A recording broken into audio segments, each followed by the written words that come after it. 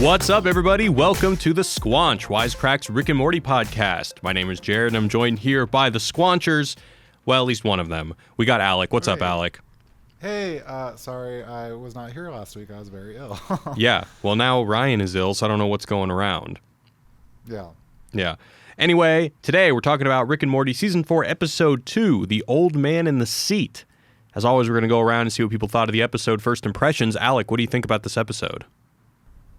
I'm going between like an A+ and an A++ because shit. It was really, really good. And I watched it once. I was like, that was pretty good. And then I rewatched it. And I was like, that was really good. Yeah, I agree. I think that this episode is maybe even one of my favorites.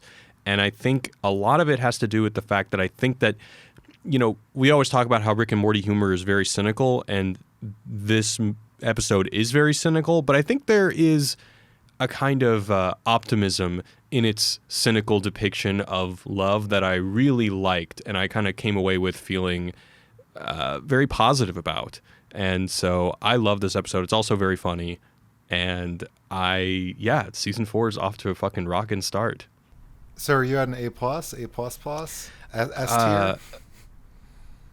I would say A+, maybe A++, and as far as S tier, I don't know. It only came out yesterday. I need to let it percolate before I can deem anything worthy of the S rank.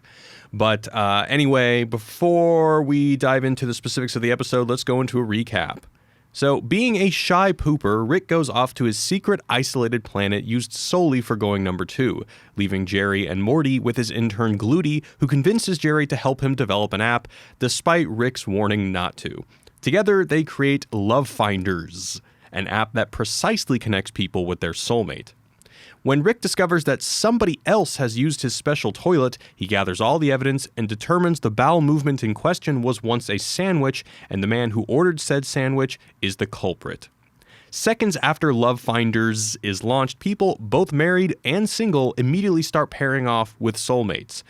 Much to Beth's anger, Summer immediately matches with a burnout named Danny and runs off with him. So Morty demands Gluty take them to his mothership to shut the servers down. Once there, the leader of the Monogatrons say that they have mastered the science of committed relationships and are using the app to distract humanity as they steal all of Earth's water.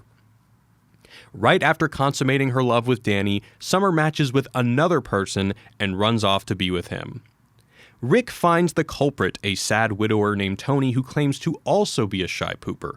Upon hearing this, Rick lets him off with a warning. But just as Rick is celebrating having the toilet planet all to himself, Tony comes back and says that as shy poopers, they're both just asking for permission to live. Rick, in a giant Rick robot suit, sits on Tony, sending him to a simulation of heaven where everybody poops wherever they want. But Rick breaks him out and warns him one last time. Tony responds by saying they're going to be good friends. Rick disagrees. Morty and Jerry get captured by the Monogatrons, and in an effort to escape, Jerry tells Gluty that, according to Love Finders, neither one of them have soulmates. Filled with loser empathy, Gluty lets them free and decides to kill the app. Rick tries to drop off some gifts for Tony, but discovers that he died skiing down Mount Space Everest. Meanwhile, Summer gets swept away by soulmate after soulmate until Beth swoops in to stop her by force. Luckily, Gluty incorporates a paywall on the app, which makes everybody delete it, thus thwarting the alien takeover of Earth's water supply and stopping Summer's string of hookups.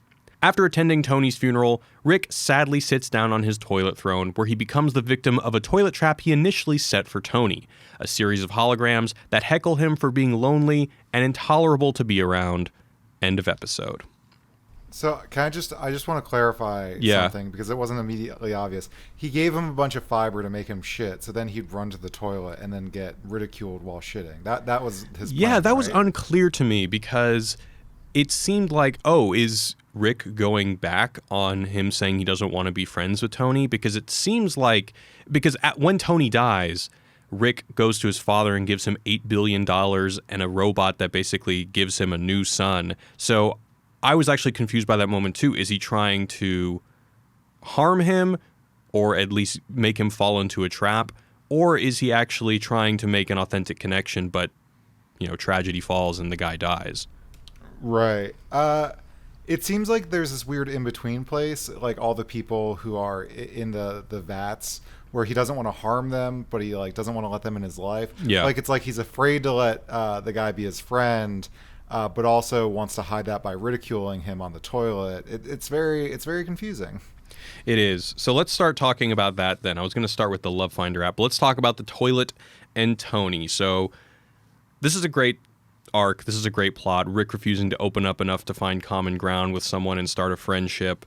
It was really powerful. The ending of this episode, I think, reminded me and probably reminded a lot of people of the end of the episode at the end of the Unity episode, where Rick attempts suicide and we just see him in his very, very low place. But I want to talk about what Tony says to Rick and what this says about freedom and control. So this is when Tony is found sitting on the pot and Rick is in his giant Rick robot. And Tony says, "After you left, I thought about what you said and how much I needed to hear it. But then I thought about why you said it and who you were saying it to. You need the same thing I need, Rick. You need someone to give you permission to live." And then Rick says, "I thought you were a shy pooper." And then Tony says, "You know what shy pooping is, Rick? It's a pointless bid for control. You want to take the part of your life that you truly think is yours, and you want to protect it from a universe that takes whatever it wants. It took my wife. It clearly took something from you. We can choose to live our lives fighting that, or we can choose to be free." I was touched. I was really touched my too. life right here. Yeah. So I thought that was really touching as well. And I want to ask, so after this, Tony goes to the heaven simulation. And in the heaven simulation, he and his wife and God are all pooping freely. Why do you think he rejects the simulation? Oh, interesting. I don't... He, like, knows it's too good to be true or something? I don't know. Yeah, so I have two thoughts about this. One, is it that he's just so savvy that he can tell that it's not real, thus further connecting him with Rick and saying that, "Oh, Rick, this guy is in some ways on your level, and therefore it makes only more sense for them to be friends." On the other hand, I'm wondering if the guy rejected it because he realizes that's not what he meant by choosing to be free. And then the next question I want to ask is, what are we supposed to make of him dying by skiing down Mount Space Everest? Sorry, I was thinking of the space. In the context of him saying that we can choose to live our lives trying to control chaos, trying to push everything away that doesn't allow us to feel control over our lives, or we can live freely. Is this him? I mean, obviously people talk about Mount Everest and talk about that's some big indicator of living freely. I quit my job, I go hike Mount Everest. It's just me and nature. Yeah, so I think it's that the world is chaotic, scary. The universe is indifferent. It takes what it will. Takes what it will. And that for people who are kind of terrified of the randomness or chaos of the universe, they retreat to their toilet for safety and do a little tinker stinker as they check Twitter while they poop. But sorry, the pooping specifically, it's really on my level. But anyway, and so rather than retreating sort of not into himself, but like into the bathroom, he sort of embraces the randomness and chaos of the universe and, starts living life a quarter mile at a time. Shout out to Fast and Furious. And, lives life on the edge, not afraid. I was trying to think if this was Heidegger. I don't think it's Heidegger, but I'd like to say maybe it's Heidegger. Well, I think another interesting contrast is his job. When Rick finds him, he is in a cubicle. He's at a job that seems like your average office job. And so I think that you could argue that that's another indicator of him trying to have control. A lot of times all the times when people are trying to exert control over their lives, they just want a job that has stability, that gives them a paycheck they can count on, and has something that they know will be needed long term, like accounting or something like that. And so, again, him leaving that to go scale Mount Everest is perhaps another contrast to that. Sorry, Space Mount Everest. Space Mount Everest. Yeah, it's the safety there. And I think, so I actually this morning went back and rewatched an episode of Seinfeld because I thought there's some overlap thematically, or not over. This speech, I think, helps inform the character of George on Seinfeld. So I know you don't watch a ton of Seinfeld, but there's one episode where George literally quits a job because he was using his boss's private bathroom, and then the boss sent a memo to everyone being like, you can't use my private bathroom, you have to use the regular bathroom with everyone else, and he storms in and he quits. But there's another episode where his he gets hired for a job. They think he is handicapped, so he gets his own handicap bathroom, and then just like starts faking a handicap so he can have his own place to shit. And so like George is this That's kind very of like, reminiscent of a Curb Your Enthusiasm episode. But anyway. Yeah. So it seems like Larry David has a lot of poop stuff going on. But I guess what I'm saying is like George is this like short, fat, bald, inept man who's not really good at anything. But like the one thing he can have is, you know, a toilet of his own. Yeah. What do you think he says, you, like me, need someone to give you permission to live? What do you think that means? Well, I think in context of the office job, because life is angst-ridden, you want to play it safe because things are scary. So you essentially need an external force to sort of break you out of that road. So it's like live with a capital L. Like it's not just give you permission to be you, but give you permission to seize life by the balls, so to speak. Yeah, to live your life a quarter mile at a time. I'm going to keep repeating that. Yeah. Yeah, I quite liked, I don't know, I think that pooping time is something quite profound that not a lot of, other than Seinfeld apparently, a lot of entertainment touches on, and I think that this kind of bound it in a pretty kind of cool existential framework. Yeah, it did. When I was in college, I went through insane measures to like find the bathroom that no one had been in that day. Like I would look at the conference schedule of like some of the auditoriums and be like, oh, there hasn't been a talk in there. That means that bathroom is clean and nobody's there. And then I'd walk across campus just to go there. I just thought I'd sprinkle that in there. Yeah. Yeah.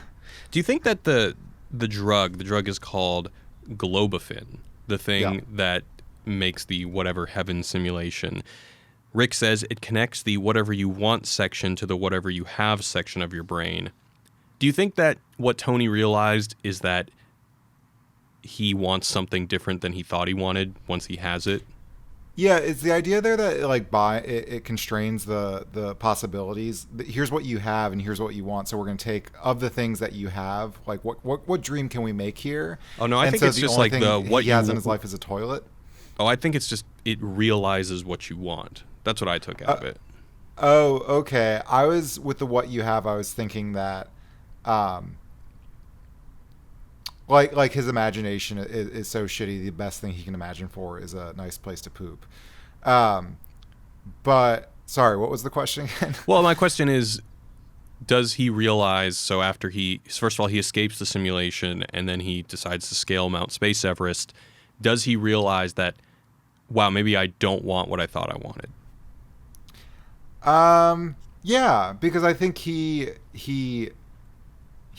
realizes the sadness that heaven is just a place where you can poop all the places you want. So he probably goes on like a big bender, you know, living life. Yeah, maybe. Yeah, I mean, maybe it's that even in his fantasy heaven land with toilets and his wife and God, who are all pooping freely, he realizes even then he's still not free. He's still trying to exert control over a chaotic universe. So, yeah, and one of my favorite small characters in the show. Yeah, he's great. Although Gluty is also amazing. Yeah. All right. So unless anything else you want to say about the toilet / Tony. I'm just gonna be thinking. I want everyone to know I'm gonna be thinking about it for weeks, possibly months to come. This speech. Yeah. Yeah, for sure. Let's talk about the app Love Finders. 2 R's and a Z. 2 R's and a Z.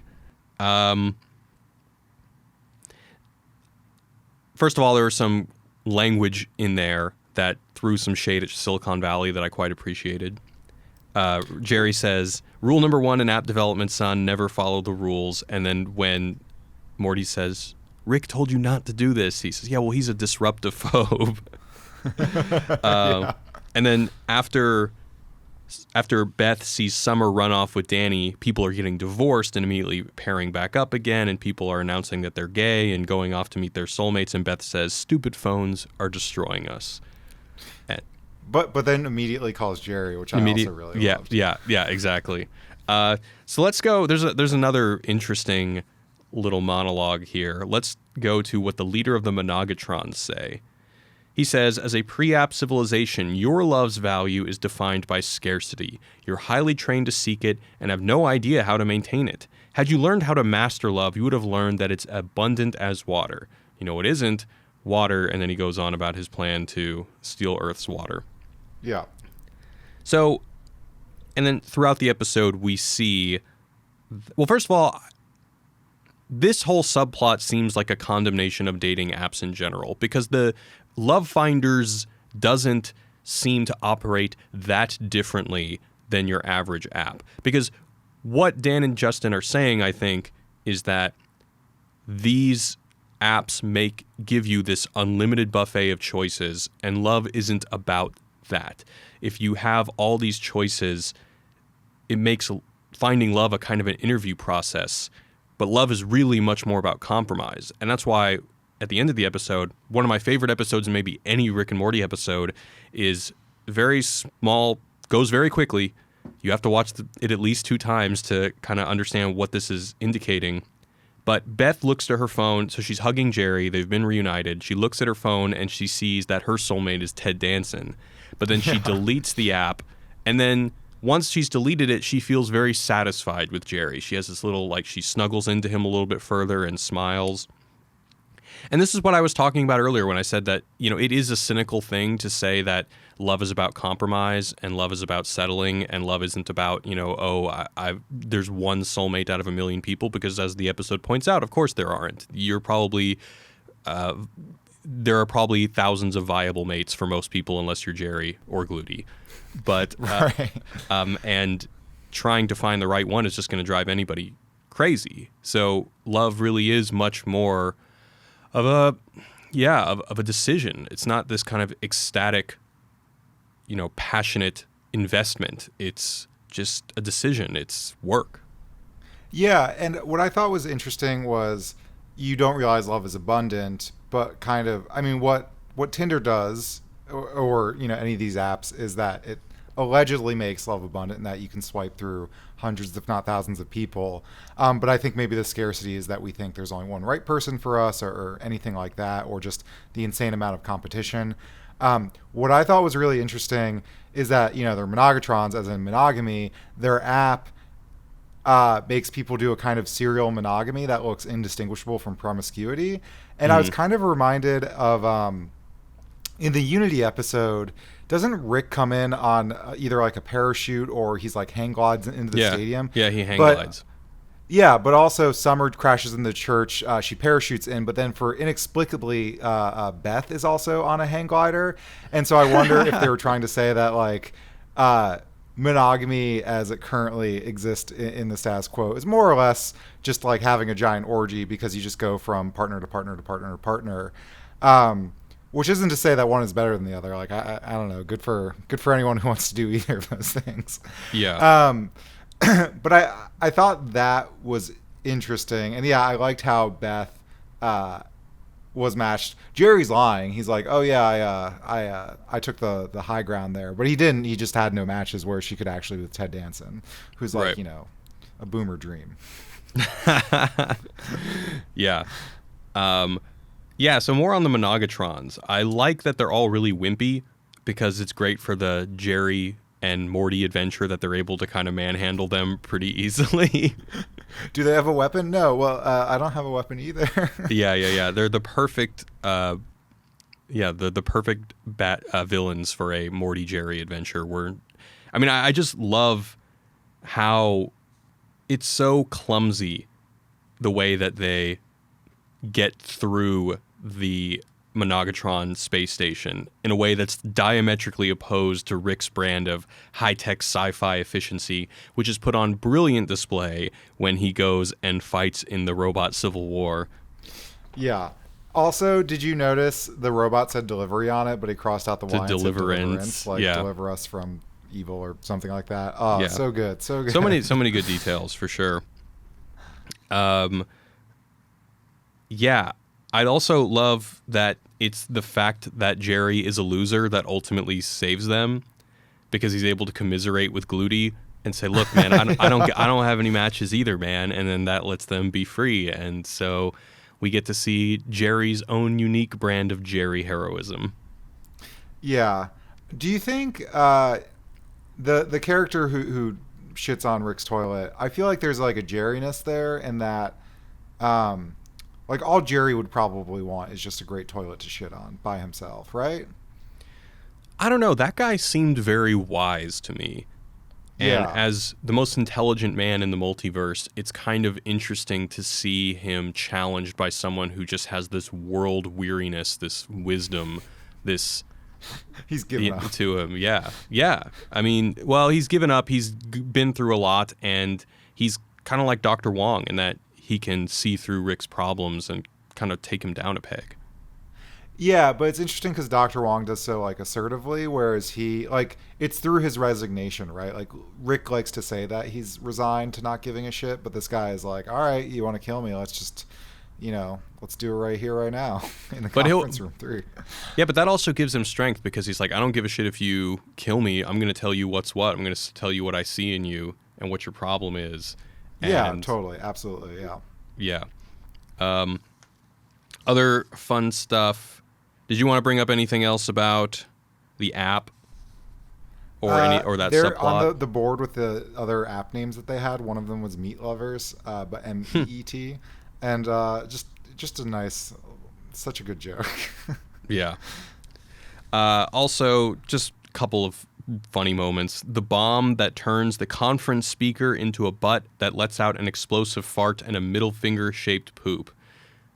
That was pretty amazing. You know what I'm talking about? Oh yeah. That was a great little touch. I like that he's just like walking around with that as well. And then I love the most roundabout joke ever calling Solo a turd was when at the beginning Rick says, "I have a solo adventure to go on, and this one will not be directed by Ron Howard." Yeah, absolutely.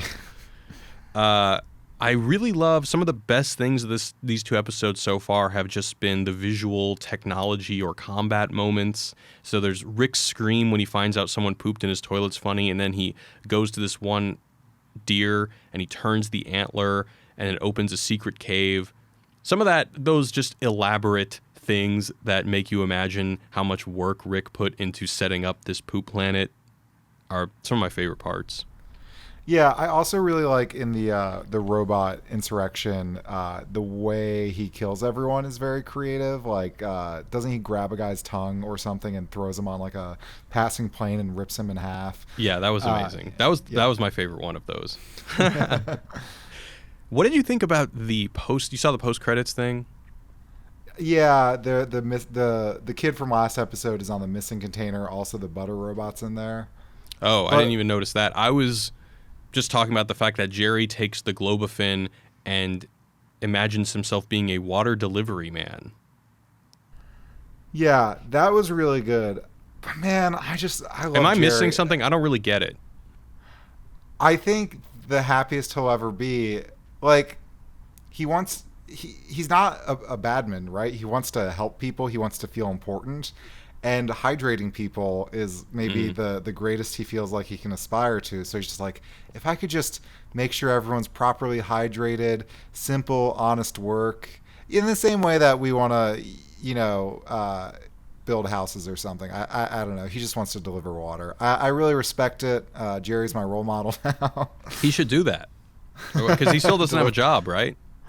Sorry, what? He still doesn't have a job, right?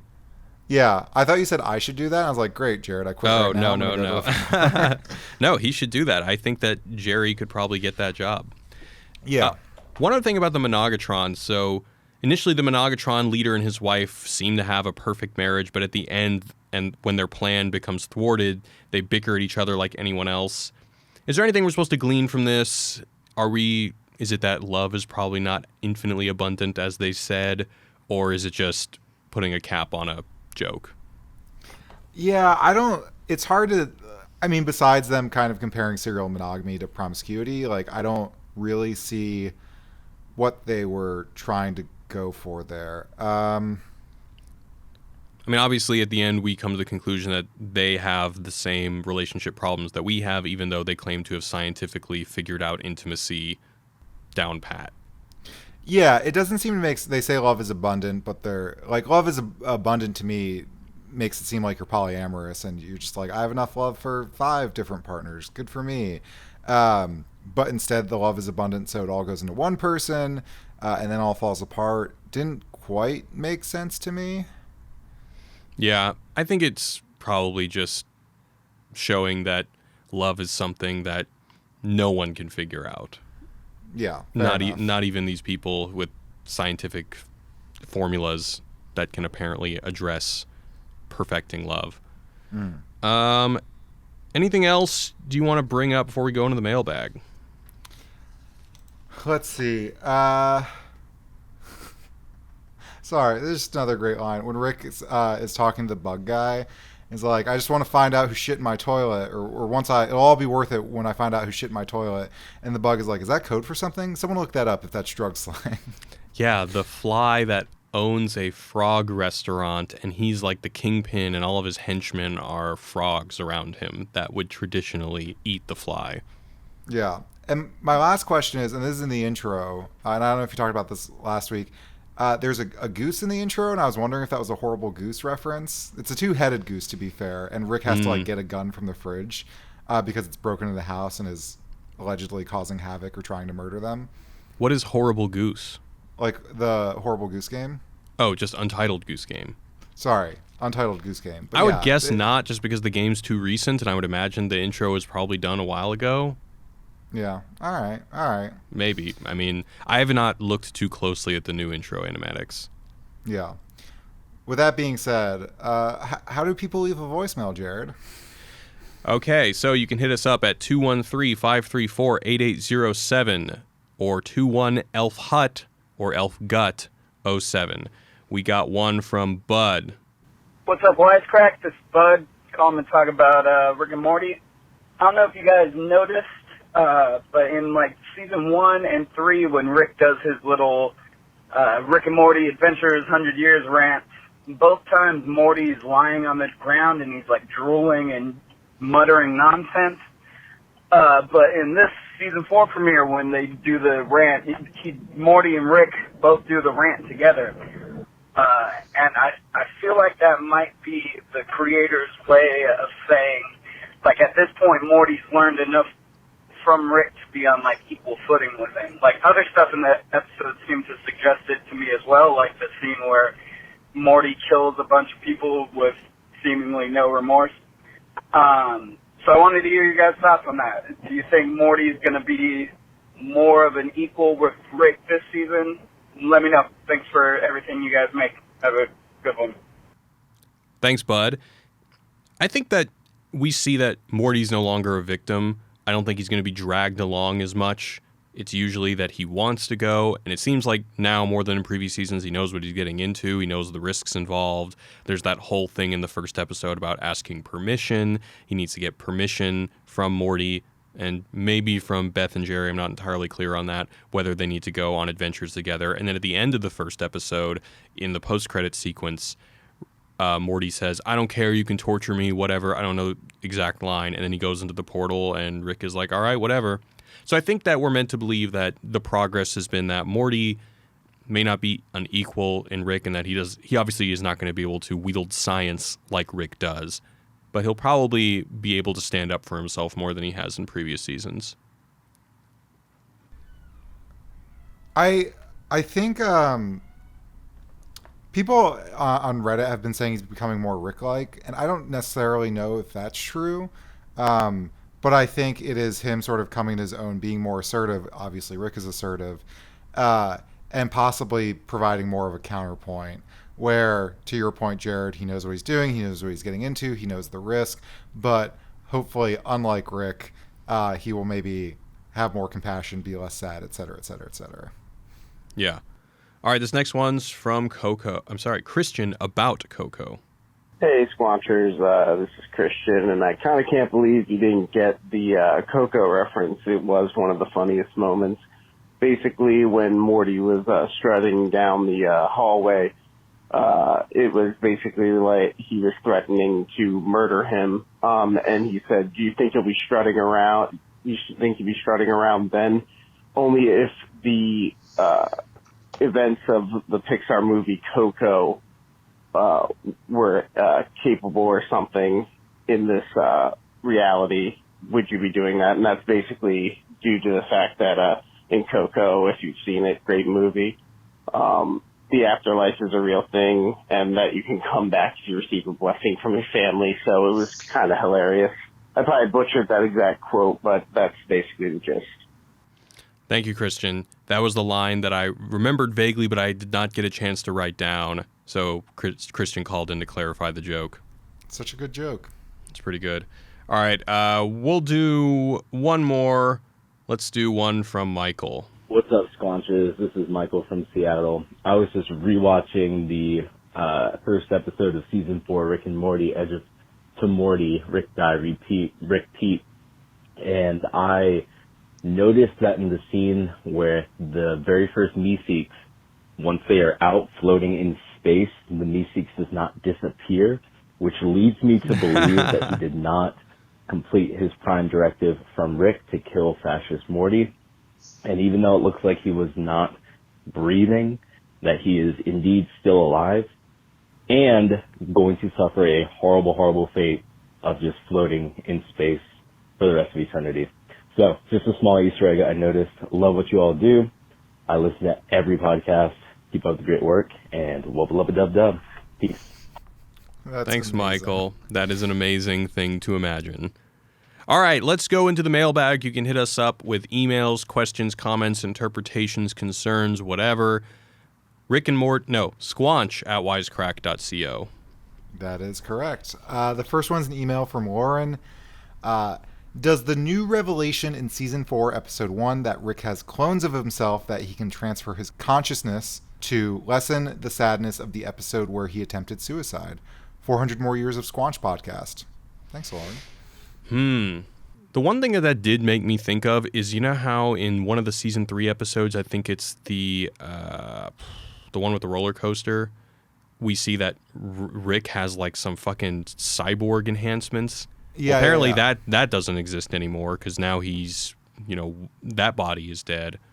But in terms of the suicide thing, I don't know. To me, that actually makes it sadder. The fact that even if you wanted to kill yourself, you can't because you've put in all of these blocks to prevent it.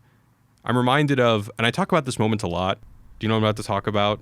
No. It's the moment in Deadpool 2, the best part of the movie.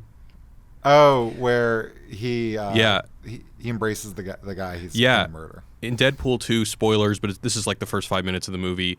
Deadpool, his girlfriend is killed, and he throws the guy out the window who killed her, but he's still alive, and then he goes down, and he hugs the guy, and for a second you're like, why is he hugging him? And then he jumps in front of a bus, and you realize that, okay, Deadpool, because he just lost the woman he loved, he's trying to cling closely to death because he can't die, and he wants to experience that, and that's why he hugs the guy and clings as hard as he can to get as close to the death that this guy is about to experience. And that was the most emotionally profound moment of that entire franchise for me, and I think that thinking about Rick's suicide attempt in that lens makes it sad because he wants to die and perhaps can't. I have kind of two thoughts. One is that even if you clone yourself, you're still killing yourself. Is it implying that's transferring his consciousness into the new ones with the Phoenix Project? Yeah, I think so. He maintains all the memories. Right. I mean, there is an argument that that's still a different person. But even then, I don't know. I feel like if Rick wanted to actually kill himself, he would just turn that off, maybe. Or you'd imagine he's in control. even more fucked up is that he knows he's constantly trying to kill himself, so creates all like this whole system around him when he's like in a better mood to like prevent him from doing that, which would be a whole nother level of fucked up, I think. Yeah. Cool. All right, what's next? Yeah, we got an email from Luke. Hey, Wisecrack, not to be too cliche, but screw it, long-time listener, first time writing in. Thanks, Luke. About halfway through the first episode of the new season, when Rick returns to his reality with Wasp Rick, he accuses his hologram of gaining sentience and trying to take over. Hologram Rick then replies, I think he forgot the quote, but he talks about, I'm not trying to gain sentience or something, right? And take your space. Yeah, I don't remember the line either, but I vaguely remember that. Yeah. Anyway, it's about hologram Rick saying he's not going to try to take over. I was surprised at this joke, as the Rick and Morty writers are usually pretty accurate with their sci-fi references, and this is contradictory to how Isaac Asimov felt about robots in his writing. He despised the Frankenstein complex stories of robots, which is why his robot stories all involve humans placing their own fear and insecurity onto the robots, but they rise up and attack humanity themselves. Andrew Martin from The Post-Ironic Man and R. Daniel Oliva from his Robot series both are complex, tame characters, and the issues in these stories are primarily the faults of people. I assume that Harmon and Co. were basing this joke off of I, Robot movie, which, though uses Asimov's 3 laws and the names from the book, Dr. Halcan for one of the characters, is not an accurate representation of how the author would have presented robots. Just thought this was an interesting observation. Wanted to hear your thoughts on it. Keep on keeping on. There's even an Asimov name drop in the episode. I don't know if he said that or that was just implied. Dr. Callahan? No. Somebody, I think it's even in that last scene, somebody says, this is some Isaac Asimov level bullshit or something. Yeah. I thought this was a really cool email. I haven't read a ton of Asimov, but I'm trying to binge a bunch of sci-fi. That's I'm not going to say my New Year's resolution, but that's going to be some resolution I have. But yeah, it's cool to learn that everyone misunderstands a sort of pinnacle of sci-fi. Yeah. Yeah, I similarly have not read, I don't know if I've read any Asimov. I haven't read iRobot, and my sci-fi is not very thorough. Anyway, yeah. What's next? Email from Alex. Hey, Wisecrack, longtime Squancher here, who's as excited for a new episode of The Squanch as I was for the new season of Rick and Morty. That's awesome. In your first season 4 episode, I noticed that you didn't mention what happened to the judge of Morty's trial after she ran out of the courthouse. You got to see her fate on the scrolling text bar at the bottom of the screen in the second news anchor scene. It says there that she ends up committing suicide to be reunited with her husband. I don't have anything to say about this. Just wanted to hear your thoughts. Squanch later, Alex. What a fucking great joke. Well, yeah, because Morty will do anything to, whether it's make people commit suicide, whatever it is, just to end up in that ending, the happy ending with Jessica, which would have ended up not being that happy anyway. Yeah. Sorry if we're breezing through these emails. They just all provided interesting things that I want people to know about, and I don't really have a ton of things to say about them other than I want people to hear them.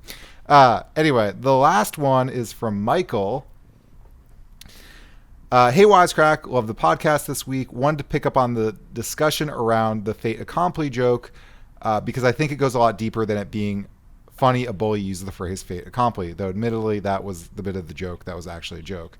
The death crystal essentially presents the user with a fait accompli, I hope I'm pronouncing that right, given their current trajectory. His arc in the current episode is to realize that a fait accompli is essentially unachievable. This is demonstrated early on by the bully, who presents Morty's demise as a fait accompli, but ultimately gets completely wiped out by factors outside of his control.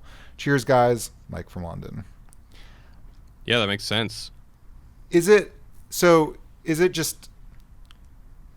From what I understand, a fait accompli, whatever, is just a turn of phrase to mean that something is so certain it may as well have already happened. And I guess the death crystal is a literal version of that, in that you can guide yourself toward that definitive ending. Right. It's saying that something's literally fated, that there's no free will. And I guess the episode is shitting on that because not only is what Morty's is allegedly fated to do bullshit because Jessica wants to be a hospice nurse who tells people that she loves them. But yeah, that you can't really control it. Yeah, I want to go back and look at that because that seems like a really cool joke. Yeah, absolutely. All right. I think we're going to cut it off today. We'll be back next week with Season 4, Episode 3 of Rick and Morty. And Alec, where can we find you on the internet? I'm on Twitter at WisecrackAlec. I tweet dumb things all day, most days. Cool. Also check out our Medium publication, medium.com/Wisecrack. We're doing articles every week. Check out our other podcasts. Alec is hosting a culture podcast called Culture Binge. We're still doing our movie podcast, Show Me the Meaning. Our last episode we did was on Parasite, which is an amazing movie, so definitely check that out if you haven't. And we're also doing South Park podcast. So South Park is on right now. It's about over halfway through season 23, and we're breaking down every episode. So it's called Respect Our Authority. Hope to see you guys there. And until next week, we'll see you guys later. But also show everyone the beautiful dog. Oh, the dog. This is Tiffany. Thanks for everyone for leaving the comments. I am reading them. I see I Squanch, Alec, and Jared. Very sweet. I saw another one. Oh, someone said I'm amazing. That's really nice because the other person was calling me gay. It's fine. But yeah, see everyone next week. See ya.